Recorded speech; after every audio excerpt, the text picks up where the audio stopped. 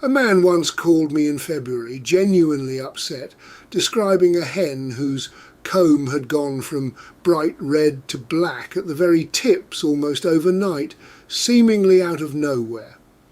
He had done everything he thought was right that winter, sealed every gap in the coop, ran a heat lamp most nights, kept the birds shut in tight whenever the temperature dropped. That sealed up, heavily lamped coop was very likely the actual cause. Warm, moist air with nowhere to escape settles on a comb overnight and freezes exactly the way frost settles on a car windscreen. He had done the opposite of neglect and still ended up with an injured bird, because good intentions in winter do not automatically add up to the right setup. I've kept birds my whole life on this exact same patch of ground, and winter is genuinely the season I get the most calls about, not because cold itself is dangerous to a healthy chicken, but because the things people do trying to help often work against them quietly, without anyone ever realising it until a bird is already hurt. Here is the underlying mechanism, genuinely worth understanding before the list itself even begins. A healthy chicken in proper feather condition tolerates genuinely cold temperatures far better than most new keepers expect. What actually causes harm in winter is almost never the cold on its own. It's moisture, drafts at exactly the wrong height, and a handful of habits that feel protective but quietly work against a bird's own natural defences. The 7 items below are the ones I see catch out well-meaning keepers most often every single winter without fail. I want to say plainly that every one of these mistakes comes from the same good place. Nobody sets out to hurt a bird they care about. Winter feels like a season that demands extra effort, extra protection, extra intervention, and that instinct is not wrong on its own. It simply needs to be pointed at the right things, because a chicken has spent a very long time evolving to handle cold weather perfectly well on its own, provided the setup around it is not quietly working against that ability. Chickens carry a genuinely effective built-in insulation system. Feathers trap warm air close to the body, and a healthy bird can fluff that layer up or down depending on how cold it actually is outside. The birds most at risk in winter are almost never the ones facing genuine cold. They are the ones whose own natural defences have been undermined by moisture, poor airflow, or an environment that never lets that feather insulation do the job it was built for. Number 1, sealing the coop up completely to keep the cold out. A chicken's own body heat, multiplied across a full roosting flock overnight, produces a surprising amount of moisture in the air through ordinary breathing. Seal every gap to keep cold out, and that moisture has nowhere to go, condensing on combs, wattles and feathers by morning, which is exactly what sets up frostbite, even in a coop that never drops dangerously cold. Keep ventilation open high, well above roost height, even during the very depths of winter, while blocking direct drafts, specifically at the level where birds actually sleep each night. High and low are genuinely 2 different problems, and treating them as the exact same one is the single most common mistake on this whole entire list. This costs nothing beyond simply not boarding over the vents you already have, and it is very often the single highest impact change available to anyone dealing with recurring winter combs. A simple test on a genuinely cold morning tells you almost everything. Step into the coop first thing and pay attention to the air itself. A coop with proper ventilation feels fresh even if it is cold. A coop that has been sealed too tightly feels heavy and damp, sometimes with visible condensation on the walls or ceiling, and that heaviness in the air is precisely the moisture that ends up settling on combs overnight. Number 2, no protection on large combs and wattles for breeds genuinely prone to frostbite. Breeds with large upright single combs carry far more exposed tissue relative to their body than breeds with smaller rows or pea combs, and that exposed tissue is exactly what freezes first on a genuinely cold night, regardless of how well the coop itself is managed. A light coating of plain petroleum jelly across the comb and wattles on the coldest nights genuinely helps by trapping a thin protective layer against moisture loss. It is simple, it is inexpensive, and it takes only a minute or two per bird once you are used to doing it. A tub of petroleum jelly costs only a few dollars and lasts an entire winter across a full flock. That is about as cheap as prevention gets for a genuinely painful and completely avoidable injury. Breed selection matters here too, worth knowing if you are still choosing birds for a genuinely cold climate. Rose comb and pea comb varieties sit much closer to the head with far less exposed surface area, and they are a meaningfully safer choice than a tall single comb breed if frostbite has been a recurring problem on your own ground. Number 3. Damp bedding left in place because it still looks usable from a distance. Wet or damp bedding anywhere near where birds roost or stand keeps feet and the lower body constantly cold and moist, which works directly against a chicken's own insulation rather than supporting it. Bedding that looks fine from a glance can already be genuinely damp underneath where it actually matters. Check bedding by hand, not just by eye, particularly directly beneath the roost where droppings accumulate fastest, and add fresh dry material on top regularly rather than waiting for a full clean out. The deep litter method works well in winter specifically because it composts gently and generates a small amount of its own warmth, but only if it is managed properly rather than simply left to sit unchecked. Bedding itself costs whatever you were already spending, so this is really a timing and attention fix rather than an added expense of any kind. The deep litter method genuinely does generate a small amount of warmth through gentle composting, and I use it myself, but it depends entirely on proper management rather than simply piling material up and leaving it. Turning the top layer occasionally and adding fresh dry material regularly keeps that composting process working for you rather than turning into a solid, compacted, damp mass sitting under the roost. Number 4, roost bars that are the wrong shape for genuinely cold weather. A narrow, rounded roost bar forces a bird's toes to curl fully around it to grip properly, leaving those toes exposed to the surrounding cold air all night long. A wider, flat-top bar lets a bird settle its whole body down low enough to cover its own feet with its feathers, using its own insulation the way it is actually built to. Swap narrow dowel style roosts for a 2x4, laid flat side up, rounded slightly at the top edges, specifically for the winter months if your current setup uses anything narrower. A length of lumber for this costs only a handful of dollars and is a genuinely permanent fix once it's in place, not something that needs replacing or adjusting again each season. Roost width also affects how closely birds can settle beside each other for shared warmth overnight. A rooster that is too narrow spaces birds out along its length awkwardly, while a properly sized flat bar lets a flock settle naturally, shoulder to shoulder, sharing body heat the way they would choose to on their own, given a real choice. Number 5. Heat lamps run carelessly through the coldest stretch of the year, beyond the well-known fire risk, which is real and serious on its own.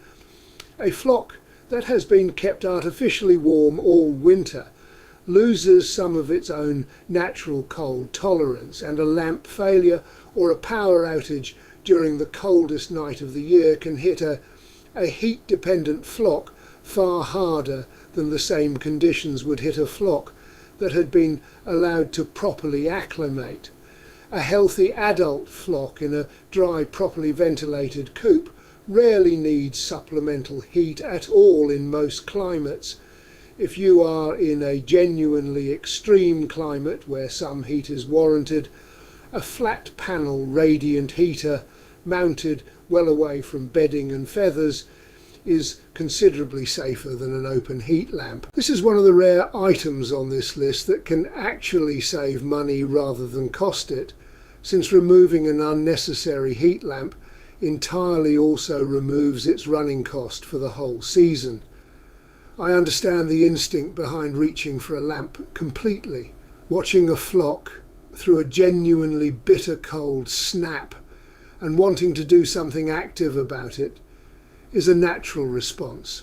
The uncomfortable truth I have learned across many winters on this ground is that the most protective thing you can often do is trust the coop setup itself, ventilation, dry bedding, proper roosting, rather than adding heat that creates its own new risks. Number 6. Overlooking the extra energy a flock genuinely needs to simply stay warm. Maintaining body temperature through a cold night takes real energy, and a flock fed exactly the same ration through winter as through summer may be quietly running short on the fuel it needs to keep itself warm overnight, even while eating the same amount it always has. A small handful of scratch grains scattered in the run in the late afternoon, specifically as an evening top-up rather than a replacement for a proper, complete feed, gives birds a slow burning source of extra energy through the coldest hours of the night. This costs only the price of a small bag of scratch, typically a few dollars, and it is worth stressing. This is a genuine winter-specific top-up rather than the everyday over-reliance on treats that dilutes proper nutrition the rest of the year. The distinction matters enough to repeat plainly. Scratch offered instead of a proper complete feed all year round genuinely can undermine a flock's nutrition and is worth cutting back on for that reason. Scratch offered specifically in the late afternoon during the coldest months on top of an otherwise unchanged complete feed is a completely different use of the exact same product, and both things can be true at once without contradicting each other. Number 7. Feathers hiding a real problem until it's already advanced. Winter plumage grows thicker and noticeably fuller than at any other point in the whole year, and that same fluffed up coverage that helps birds stay properly warm also makes it genuinely harder to spot an injury, a thin bird, or the very earliest stages of frostbite simply by looking at a flock from across the run. Physically, handle each individual bird every week or two through the winter months, checking comb and wattle condition carefully, feeling body condition through the feathers rather than simply judging it by eye, and checking toes and feet directly rather than assuming everything underneath all that fluff is genuinely fine. This costs nothing beyond a few minutes a week, and it is the single check most likely to catch a developing problem while it is still small and easy to fix rather than after it has already become serious. Pick a consistent time to do this, a Sunday morning or whatever day genuinely works for your own routine, rather than leaving it to whenever you happen to remember. A check that only happens occasionally, whenever something already looks wrong, misses the entire point of catching a problem early, which is the whole reason this item sits on the list at all. Here is what you can actually do tonight, regardless of which of these 7 applies to your own co-op. Check that ventilation is genuinely open above roost height, even if you have been carefully sealing gaps against the cold, and check the roost bars for their actual shape, swapping to a flat-topped board if what you have right now is narrow and round. Here's a simple weekly winter routine built around everything on this list, the same one I actually follow on my own ground every single year without fail. Every single day, check bedding by hand near the roost, not just by eye alone. and keep a close eye on comb colour and general condition as you go through your normal morning check of the whole flock. Once a week, physically handle each individual bird for a proper condition check, and add a scratch grain top-up during the coldest stretches if you have not already built that habit into your regular routine. Once a month, step back and reassess the whole co-op setup honestly and thoroughly. Ventilation, bedding depth, and whether any heat source currently in use is genuinely necessary or has simply become a habit nobody has properly questioned in quite a while. I've put together a complete winter cope guide covering ventilation setup, frostbite prevention, and a full cold weather feeding calendar, along with a printable weekly check sheet you can keep pinned inside the coop door itself. It is linked below if you want the fuller version of everything covered here today. None of it replaces your own judgment about your specific climate and your specific breeds, since winter severity genuinely varies enormously by region. It is simply the husbandry groundwork every flock benefits from, laid out properly in one place instead of scattered across a dozen different sources. A flock kept somewhere with brief, mild cold snaps has a genuinely different set of priorities than one facing weeks of hard frost. And I would rather you adjust every single item on this list to your own real conditions than follow any of it blindly, simply because it was said in a video. The underlying principle, ventilation over sealing, dryness over heat, and regular hands-on checking holds true everywhere. The exact severity of each fix is yours to judge based on what your own winters actually look like. Keeping a simple written note through the coldest months, just a line or two on temperature and anything you notice during your weekly bird checks, builds a genuinely useful record over a few winters. Patterns that are invisible in any single season, which birds struggle most, which parts of the coop stay damp longest, become obvious once you can look back across 2 or 3 years of the same notes side by side. So tonight, do the one thing that actually starts fixing this. Check that ventilation is genuinely open above the roost. Swap that heat lamp habit for a proper look at whether it is actually needed, and handle your birds this week rather than judging their condition from across the run. That man with the frostbitten hen learned the hard way that a sealed, heavily lamped coop was never the kindness he thought it was. His entire flock did far better the following winter, with the vents genuinely open and the lamp gone completely. Every single change on this list starts working the moment you make it. Start with the ventilation tonight and build outward from there, one item at a time. I've kept birds through more winters than I can easily count now, and the flocks that come through cleanest every single year are never the ones fussed over the most.